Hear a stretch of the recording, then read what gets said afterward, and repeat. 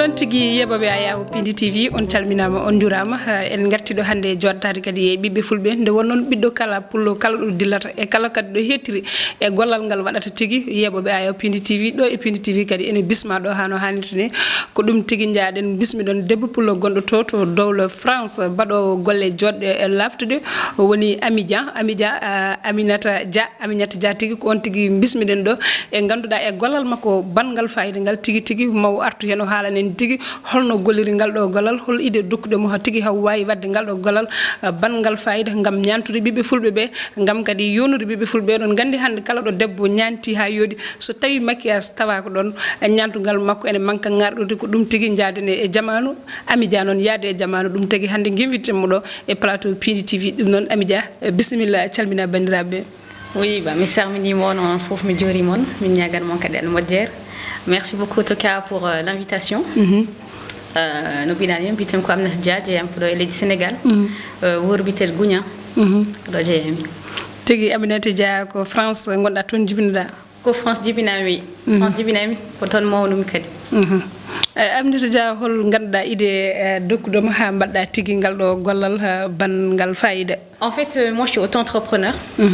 Depuis 2012. Mais Denjayano, c'est plus des cheveux, Chumchen, des parfums. Ah oui, j'ai dit, mais pourquoi pas je lance ma marque de cosmétiques. Au final, j'ai commencé à travailler sur le projet en 2018, en juin 2018. Parce que c'était très difficile, parce qu'il fallait déposer la marque au niveau de INPI, et ensuite il fallait trouver des laboratoires qui acceptent de travailler, étant donné que c'est une marque française. Il est du France 4 Feona, c'est un laboratoire français aussi avec qui j'ai fait des contrats, qui m'ont fait mes produits. Tigi ko an tigi wadi ko marque ma woni hen marque am ko binum hen ko indam yettodam j'ai dit yonti pourquoi pas. Il y a plusieurs personnes, il y a beaucoup de stars qui ont fait leur propre marque. J'ai dit pourquoi pas, je vais lancer ma marque de cosmétiques, je vais essayer. Et on verra le résultat. Alandi dum don Amidia c'est pas facile ganduda en kewani yidde men kewden tan ko yide wobbe be gadden tubu ko be gadden malle américain gadden ko be ne boy fewnu ko fulbe wa fewnu dum wa enen fulbe kadi en dañi kadi pewna ngal do dum do bada hen kadi ko indema kala kuccudo marko tigi ne andi ko biddo fullo wadi dum machallah hamin belti en no fewi on est fier de toi hol tampere dañda hen. J'ai trouvé les laboratoires. C'était très difficile parce que j'ai même cherché des laboratoires au niveau de la Belgique, mais c'était vraiment pour vraiment le produit. C'était très difficile pour trouver les couleurs. À Danenen Baleb, on a plusieurs. Enfin, si tu veux, les blancs quand ils se maquillent, ils mettent plusieurs teintes. Nous, on met juste une seule teinte, mais il fallait vraiment trouver les teintes parce que entre ceux qui sont trop noirs, pas assez noirs, les clairs, c'était assez difficile en fait de trouver vraiment les teintes. Donc j'ai fait en fait 6 teintes différentes. J'ai fait 6 teintes différentes.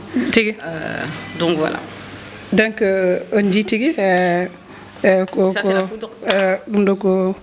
ko poudre me sikki poudre baddo fayde machallah be sikki kadi sa wade yasuma ene yonnuma hano hanirtini kadi lernan yasuma en plus hokkatama efi jengde jang ko baddo garantie produit makko on jittigi ko biddo pulo wadi dum machallah eden jettamo hen no fewi kadi eden jarnomo hen on ji marque makko ko marque baddo fayde dum do aussi fondete non c'est un fond en liquide voilà j'ai fait le fond en liquide. Et ça, c'est un fond de teint crème. Tony, tu le dévises comme ça et tu le montes. Ça, c'est le liquide. Ça, c'est la crème. Ensuite, à la base. À la base. Et puis, tu as les poudres, et le rouge à lèvres. Ok.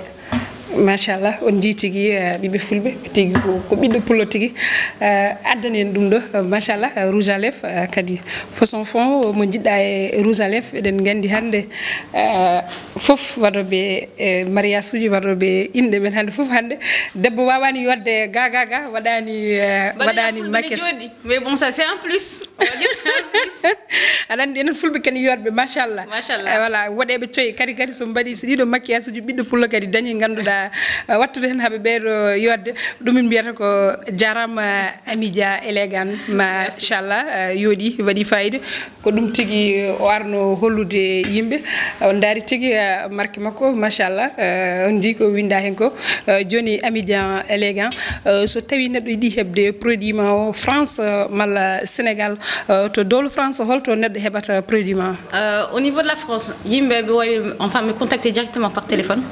Je fais de la livraison partout. Et dans le Sénégal, j'ai un contrat avec une paire Jadis Crème, Paris. Au Sénégal, il a aussi ses boutiques. Donc aussi, mes produits cosmétiques.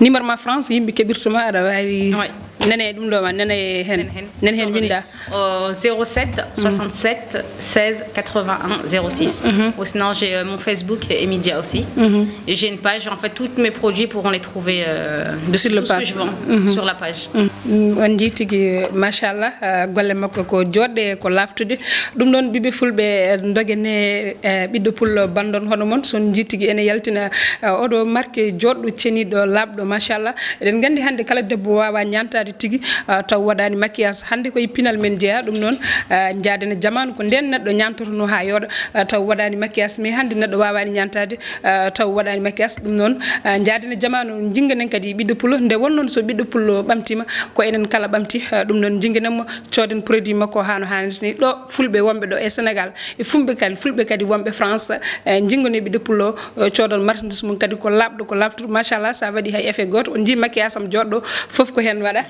numéro Sénégal au niveau du Sénégal 78 373 72 72 voilà ok birto Sénégal dum non bandirabe ko dum tigi Amidia addanno en ala jaramo o jaramo on ji o produit baddo fayda Amidia en calmini bandirabe fof en merci beaucoup merci jaramo no